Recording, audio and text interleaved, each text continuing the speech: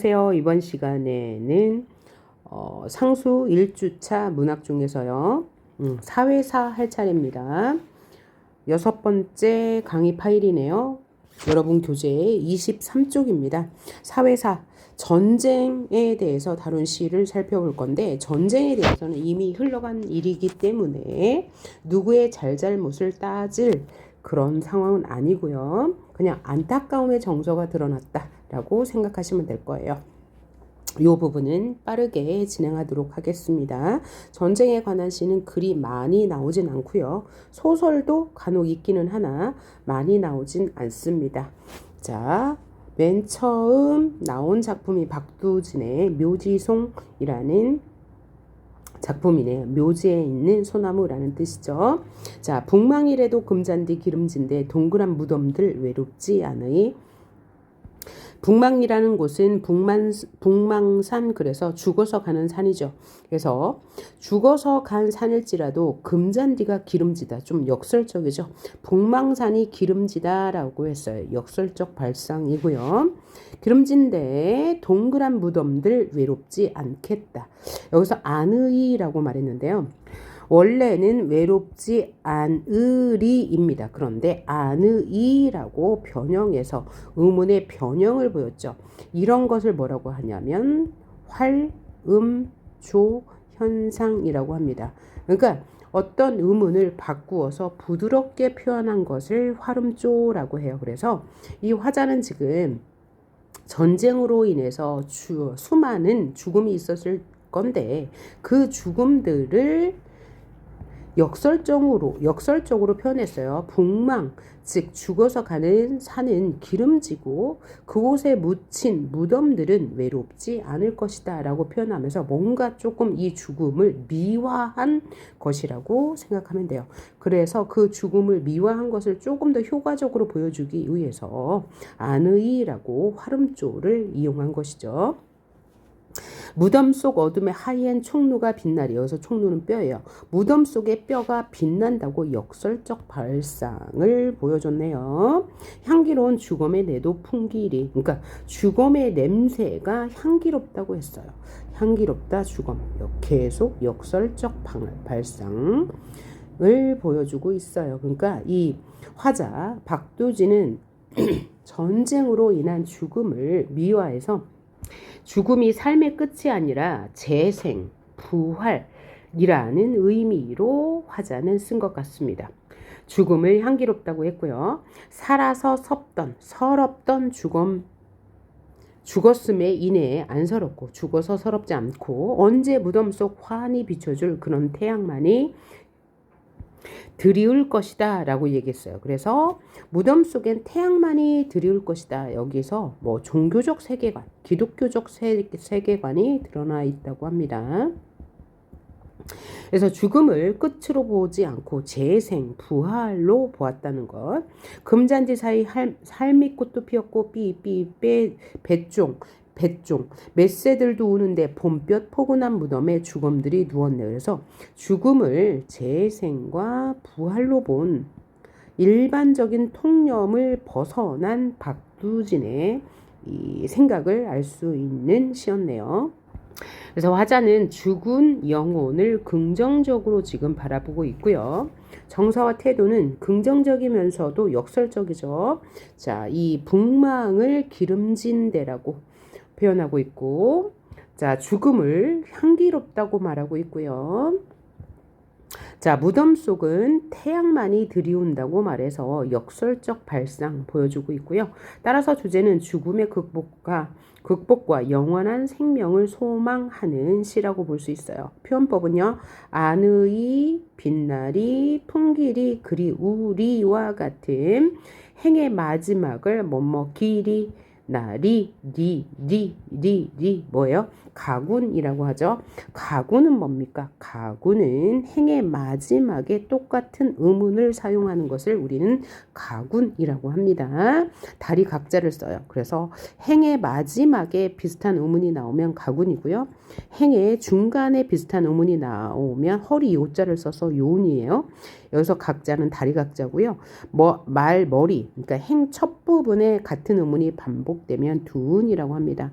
역시 반복이니까 운율을 형성하겠고요. 그 다음에 역설적 발상이 두드러지는 시였습니다. 그래서 전쟁으로 인해 죽은 영혼들을 위로하는 노래라고 생각하시면 될 것 같습니다. 다음 시는 구상의 초토의 시 적군 묘지 앞에서 라는 시 한번 보도록 할게요. 오호 여기 줄지어 누워있는 영혼들은 넋들은 눈도 감지 못하였구나.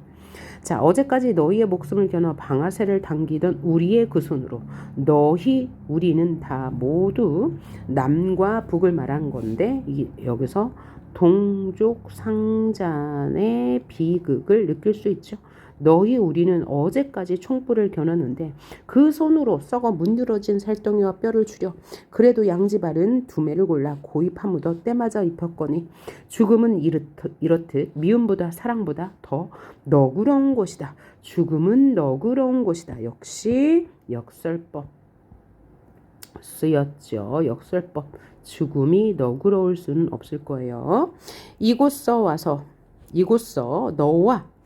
나와 너희의 넋들이 돌아가야 할 고향 땅은 30리면 가로막히고 무주공산의 정막산이 천만근 나의 가슴을 억누르는데 살아서는 너희가 나와 미움으로 맺혔지만 이제는 오히려 너희의 풀지 못한 원한이 나의 바람 속에 깃들여 있도다. 손에 닿을 듯한 봄하늘의 구름은 무심히도 북으로 흘러가죠. 어디서 울려오는 포성 몇 발 나는 그만 이 은원의 무덤 앞에서 목 놓아버린다. 이것은 전쟁의 비극에 대해서 노래한 거죠. 초토라는 것은 불에 타 검게 그을린 땅이란 뜻이죠. 그래서 전쟁 후에 느끼는 정서를 연작시로 구성을 했다고 해요. 그 중에서도 8번째 시 적군 묘지 앞에서 느끼는 감상을 적은 시라고 보시면 되겠네요. 그래서 전쟁으로 황폐해진 현실을 초토로 인식하면서 분단의 현실을 마주했죠. 그리고 전쟁의 상처를 인간성의 회복으로 치유하려는 의지를 보이는 시라고 생각하시면 되겠어요. 자, 5호 영탄법이죠. 영탄법.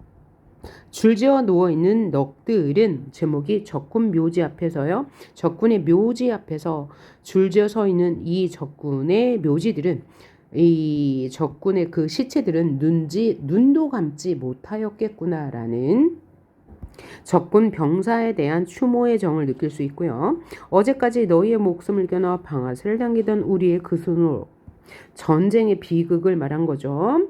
썩어 문드러진 살덩이와 뼈를 추려 그래도 양지발은 두매를 골라 고이 파묻어 때마저 입혔다. 그러니까 이념의 갈등을 넘어서 인간적인 화해와 포옹을 보여주는 거고요. 죽음은 이렇듯 미움보다 사랑보다 더 너그러운 것이다. 이념의 대립보다 더 인간애가 더 중요하다라고 말하고 있고요. 이곳서 너와 너희들의 넋들이 돌아가야 할 고향 땅은 30리로 가로막히고 30리로 가로막히다 분단 상황을 보여주는 거죠. 분단 상황이고 무주공산의 정막산이 천만근 나의 가슴을 억누른다. 분단의 아픔을 느낀다. 살아서는 너희가 나와 미움으로 맺혔지만 이제는 오히려 너희의 풀지 못한 원한이 나의 바람 속에 깃들어 있다. 살아서 풀지 못한 너희의 원한은 뭐야? 고향에 돌아가지 못한 거죠. 나의 바람도 고향으로 돌아가길 원하는 거죠. 그러니까 1년에서 눈을 감지 못한 이유는 뭐야? 고향에 돌아가지 못했기 때문이겠죠. 손에 닿을 듯한 봄 하늘은 통일이 된 조국의 모습이겠죠. 구름은 무심히 북으로 올라간다. 화자의 소망이겠네요. 어디서 울려오는 포성 몇 발? 자, 아직도 지속되는 남북 대치의 현실이고요. 나는 그만 이 은원의 무덤 앞에 목 놓아버린다. 이게 격렬하게 화자의 감정을 표출했네요. 전란의 참상 때문에 느끼는 아픔. 전란의 참상이라고 보시면 될 것 같아요. 자, 그럼 화자는 적군 묘지 앞에서 적군들의 묘지를 보면서 추도하고 있죠. 그런 상황에서 안타까움이 느껴질 거예요. 그래서 정서는 뭐 추도적, 격정적이 될 수도 있고요. 이 부분을 보면 그 다음에 안타까움 이런 정서가 나타나 있겠죠. 주제는 뭐예요? 전란의 폐허 속에서 발견한 조국의 미래에 대한 희망이 되겠죠. 자, 그 다음 시를 한번 볼게요. 초투의 시 1. 적군 묘지 앞에서 봅시다. 자, 학고방 유리딱지에 애새끼들 얼굴이 불타는 해바라기 마냥 걸려있다. 자, 그러면 화자는 지금 위편과 달리 애새끼들을 보고 있어요. 그냥 일반적인 마을을 보고 있는 거죠. 자, 그러면 학고방은 뭐냐면 구멍가게라는 뜻이요. 구멍가게 유리 그 벽 앞에서 애새끼들이 해바라기 마냥 걸려 있어요. 왜 걸려 있을까요? 내려쪼이던 햇발이 눈부시어 돌아선다. 그러니까 뭐냐면 구멍가게 안에 진열된 물건을 보면서 아, 먹고 싶다라고 하면서 이제 보고 있는 상황. 을 화자가 관찰한 거예요. 내려쪼이던 햇발이 눈부시어 돌아선다. 누가요? 내가. 화자가요. 화자가 아니고 여기서는 아이들, 이 학고방의 꼬마들이 햇살이 눈부셔 돌아섰고요. 나도 돌아선다 그러고 있어요. 꼬마들이 몸을 돌리니까 나도 돌아섰어요. 울상이 된 그림자 나의 뒤를 따른다. 그럼 울상이 된 그림자는 누구의 그림자예요? 그림자가 나의 뒤를 따르니까 울상이 된 그림자는 나의 그림자예요. 화자의 그림자가 나를 따라. 왜? 이 아이들이 안타까워서. 어느 접어든 골목에서 걸음을 멈춰라. 잿더미가 소복한 울타리에 개나리가 망을 줬다. 자, 화자 스스로에게 명령하고 있어요. 어느 접어든 골목에서 걸음을 멈춰봐. 잿더미가 소복한 울타리에 개나리가 망을 줬다라는 것은 개나리는 꽃이니까 뭔가 꽃이 망을 줬어요. 뭔가 희망이 보여. 저기 언덕을 내려 달리는 체니의 미소엔, 여기서 체니는 소녀라는 뜻입니다. 앞니가 빠져 죄가 하나도 없다라는 것은 뭐냐면 죄 하나도 없다라는 것은 실제 물리적으로 이 소녀의 이가 하나도 없다. 이가리를 하느냐고 이가 없다는 뜻이고, 두 번째는 이 소녀들은 정말 죄 없이 이렇게 고통스러운 현실을 살고 있다. 전쟁 후에 폐허가 된 상황에서 먹을 것이 없어서 애새끼들이 학고방 유리딱지에 붙어서 먹을 것을 바라보고 있는 상황을 안타깝게 본 거죠. 나는 술 취한 듯 흥얼거린다. 그림자 웃으며 앞장을 선다. 자, 나는 아까 그림자가 어땠어요? 울상이 되었는데 이번에는 뭐예요? 흥얼거리면서 웃었대요. 그러니까 뭔가 희망을 발견했다라는 뜻이네요. 그래서 이 시는 전쟁 직후의 우리 상황을 아이들의 모습을 통해서 보다가 처음엔 부정적으로 인식했으나 나중에는 긍정적으로 전환해요. 그리고 나서 정서는 안타까움에서 희망으로 바뀌는 거죠. 따라서 주제는 조국의 미래에 대한 희망이 될 거예요. 그 다음에 이 시에서 하나 더 눈여겨봐야 할 것은 맨 처음에 전쟁 후에 우리의 현실을 굉장히 암담하게 바라봤죠. 그래서 그림자가 울상이 되었다고 했는데 나는 술 취한 듯 흥그러워졌다라고 해서 화자의 정서가 변하는 부분이 있다. 시상의 전환이라고 하죠. 시의 분위기가 전환 바뀌었어요. 그러면서 조국의 미래를 긍정적으로 보는 것으로 끝난다라는 것 확인할 수 있었네요. 자, 다음은 산업화를 배경으로 하는 시를 봅시다. 산업화는 1960년대에서 1980년까지 진행이 되었는데 가장 활발하게 일어날 때가 1970년대이다. 자, 산업화라는 것은 긍정적인 면과 부정적인 면을 둘 다 가지고 있는데 산업화가 된다는 것은 뭔가 발전이 된다는 얘기잖아요. 그런데 부정적인 면은 뭐냐? 인간 소외가 나타났다는 거, 그 다음에 자연이 파괴되었다는 거. 그 다음 인간 소외와 마찬가지로 물질 만능주의가 나타났다는 거. 그 다음에 이촌 향도가 두드러지게 나타났다. 왜냐하면 정부의 정책 때문이다. 그래서 시골이 황폐화되는 것, 농촌이 이제 황폐화되면서 도시로 이제 일거리를 찾아오지만 도시에 온 노동자들은 여전히 하층민의 삶을 면할 수가 없었다.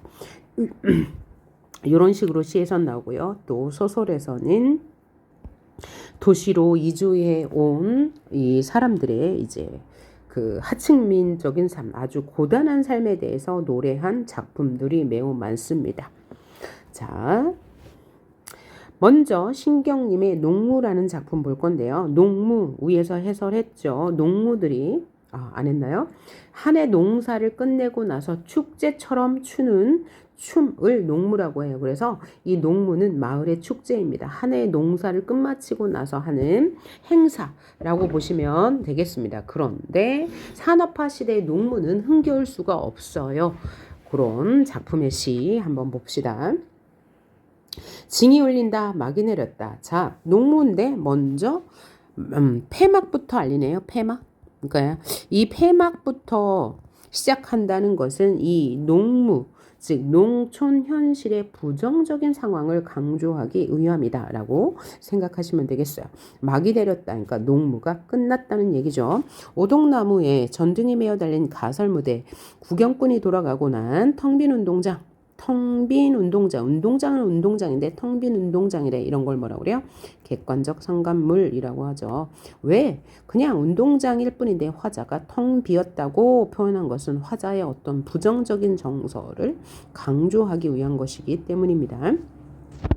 우리는 분이 얼룩진 얼굴로, 여기서 우리는 농무를 춘 농부들이 될 거예요. 그래서 우리는 농부, 화자가 직접 제시된 거죠. 분이 얼룩진 얼굴로, 여기서 분은 두 가지로 해석할 수 있어요. 두 가지로 해석한다는 것은 무슨 법? 중의법이라고 했죠. 시어의 의미를 두 가지로 해석할 수 있어. 첫 번째는 정말 울분이 얼룩졌다. 화가 난다 이런 뜻이고, 두 번째는 농무를 할 때 분장을 했을 거 아니에요. 그래서 분장이다 라고 해석하시면 돼요.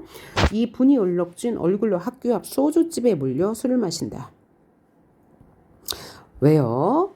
농사를 지어봤자 답답하고 고달프게 사는 것이 원통에서 술을 마셨어요. 꽹과리를 앞장서 장거리로 나서면 따라붙어 악을 쓰는 건 조물에게들 뿐이다. 왜? 이촌 향도로 이 농촌에서 농사를 지어봤자 남는 것이 없으니까 조물에게들만 남았다라는 것이죠. 그래서 처녀애들은 기름집 담벼락에 붙어서 철없이 낄끌대. 이들이 낄끌대는 이유는 뭐예요? 얘네들은 철이 없기 때문이에요. 자, 그래서 이 시는 농촌 공동체의 비참한 현실을 화자인 농부의 입을 통해서 보여주고 있어요. 정서는 뭐예요?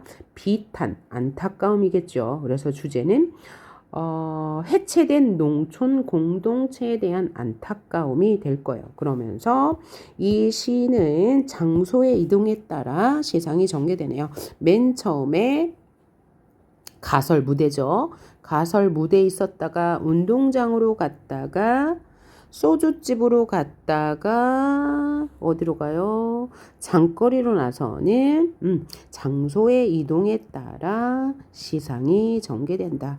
농촌 현실에 대한 안타까움을 노래한 시다. 화자는 지금 농부입니다. 자, 농부가 농무를 마치고 나서 이 허탈한 마음을 노래한 것인데, 그래서 정서는 안타까움과 비탄이 될 거고요. 주제는 농촌 공동체의 비극적 현실이라고 생각하시면 될 것 같아요. 그 다음에 정희성의 저문강에 삽을 싣고, 무조건 나오는 시예요. 농무하고 저문강에 삽을 싣고는 뭐냐면, 저문강에 삽을 싣는 건 누구예요? 농부죠. 어떤 정서가 나와 있나 한번 볼까요? 흐르는 것이 물뿐이랴? 그러면 뭐야? 서리법이죠. 물 말고 흐르는 것은 너무 많아. 뭐가 있을까요? 우리가 저와 같아서 우리도 너와 같이 흐르고 있어요. 그래서 저는 누구예요? 물이죠. 우리도 너 물과 같아서 강변에 나가 삽을 씻으며 거기 슬픔도 떠다버린다. 그러니까 화자의 정서는 뭐예요? 슬픔이라고 직접적으로 나와 있어요.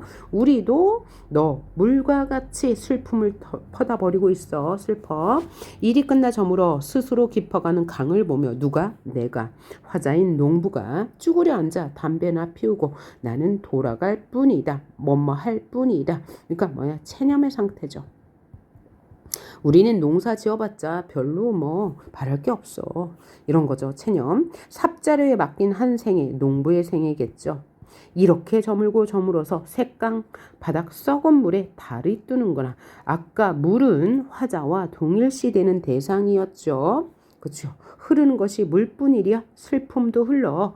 라고 했는데 이 물도 슬픔이 흐르는데 썩은 물이야. 아주 부정적인 이 농촌의 현실을 볼 수 있고요. 흐르는 물에 달이 뜨는구나. 밤이 되었구나. 우리가 저와 같아서 물과 같아서 흐르는 물에 삽을 싣고 먹을 것 없는 마을로 다시 돌아가야 한다라고 했어. 그래서 어쩔 수 없이 농촌의 현실이 부정적이지만 그곳으로 돌아가야 한다는 인식. 그래서 현실에 대한 체념과 한탄이 돋보이는 시다. 그래서 화자는 지금 누구예요? 농부예요. 이 농부인데 자, 농촌의 부정적 현실을 인식하고 있습니다. 그래서 정서와 태도는요, 한탄하고 있어요. 그리고 체념하고 있죠. 어쩔 수 없이 돌아가요. 그래서 주제는 뭐가 돼요? 농촌 현실. 그죠? 안타까운 농촌 현실이 주제가 되겠다. 그래서 농민의 삶을 아주 직접적으로 보여주는 시. 그래서 이렇게 해석하면 될 것 같습니다. 산업화 시대에 꼭 나오는 거 전문 강의 삽을 싣고 체념의 정서, 농촌의 부정적 현실이 드러났죠. 농무 역시 농촌의 부정적 현실이 드러났습니다. 그 다음에 김용호의 주막에서라는 시 한번 볼까요? 어디든 멀찌감치 통한다는 길옆 주막. 그 수없이 입술이 단 입 빠진 낡은 사발에나도 입술을 댄다. 흡사 정처럼 옮아오는 막걸리만 여기 대대로 슬픈 노정이 집산하고 알맞은 자리. 저만치 위에 있는 송덕비 위로 맺고도 쓴 시간이 흘러가 고난의 시간이 흘러가고 세월이여 영탄법 소금보다 짜다는 인생을 아주 고단한 인생을 안주하여 주막을 나서면 노을 비낀 길은 가없이 끝없이 길고 가늘더라만 내 입술이 닿은 누런 사발 그런 사발에 누가 또한 닿으랴 이 무렵에. 자, 화자는 지금 뭐 하고 있습니까? 늦은 저녁 주막집에서 막걸리를 마시고 인생에 대해서 생각하고 있네요. 어디든 멀찌감치 통한다는 길옆 주막 그 수없이 입술단 입 빠진 낡은 사발에나도 입술을 댄다. 화자는 지금 주막에 가서 막걸리를 마시고 있어요. 흡사 정처럼 옮아오는 막걸리 맛. 여기 대대로 슬픈 노정이 집산하고 알맞은 자리. 슬픈 노정은 뭐예요? 인생길. 이 모여 알맞은 자리가 이 막걸리집 주막이란 얘기고요. 그러면 이것은 뭐예요? 서민의 삶을 이야기하는 거죠. 저만치 위의 있는 뭔가 이제 지위가 있는 송덕비는 뭐예요? 뭔가 서민의 삶과 대조되는 서민의 삶이 막걸리로 대표된다면 저만치 위에 있는 송덕비는 뭔가 이제 지배층 좀 가진 자들의 삶 위로 맺고도 쓴 시간이 흘러간다. 그러니까 막걸리를 마시는 서민이나 저만치 위에 있는 송덕비 위로 흐르는 시간이나 똑같다는 얘기죠. 우리 인생이란 똑같다는 얘기예요. 세월이요. 이 세월은 막걸리를 마시는 서민이나 송덕비 위로 흘러가는 저 고관 대작들 위에 있는 사람이나 똑같은 것이다. 세월이요. 소금보다 짜다는 인생.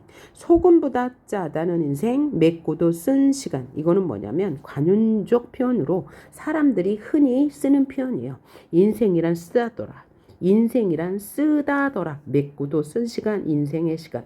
소금보다 짜다는 인생. 관용적 표현은 뭐야? 사람들이 습관적으로 쓰는 말입니다. 을 안주하여 주막을 나서니까 화자는 지금 해질 무렵 주막에 가서 막걸리 한 잔을 마시고 인생을 생각했어요. 그리고 누구에게나 인생은 쓰다라고 생각하고 노을 빗긴 길은 가없이 길고 가늘더라만 아까 노정은 인생길이었다면 노을 빗긴 길은 뭐야? 정말로 노을이 비친 길이라고 해질 무렵에 그 길을 생각하셔도 되지만 황혼길 남은 여생이라고 생각하면 돼요. 남은 여생. 은 끝없이 길고 가늘더라만 내 입술이 닿은 그런 사발. 내가 막걸리를 마셨죠. 그런 사발에 누가 또한 닿으랴? 이런 무렵에.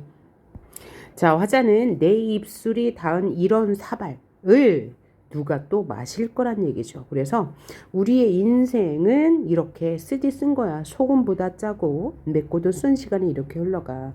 그런데 남은 여상은 이렇게 길어. 인생에 대한 체념과 간조가 되겠죠.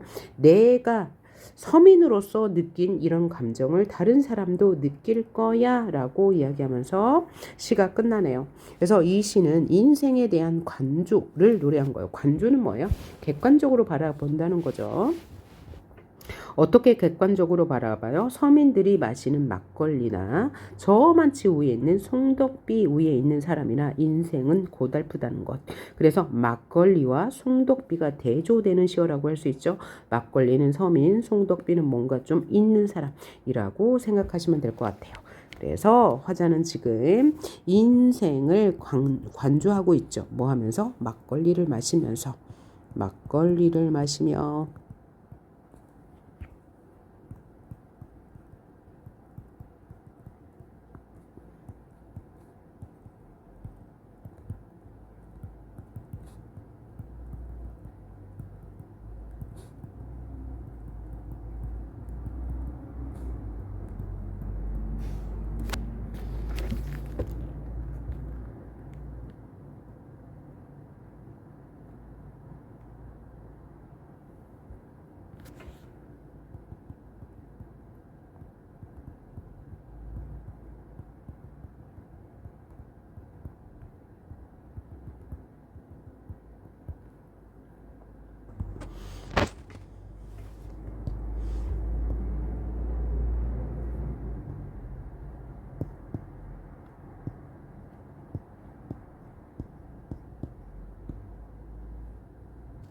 자, 여기까지 6강을 마치고요. 다음 7강에서 이촌향도의 현실 그리고 인간소외에 대해서 살펴보도록 하겠습니다.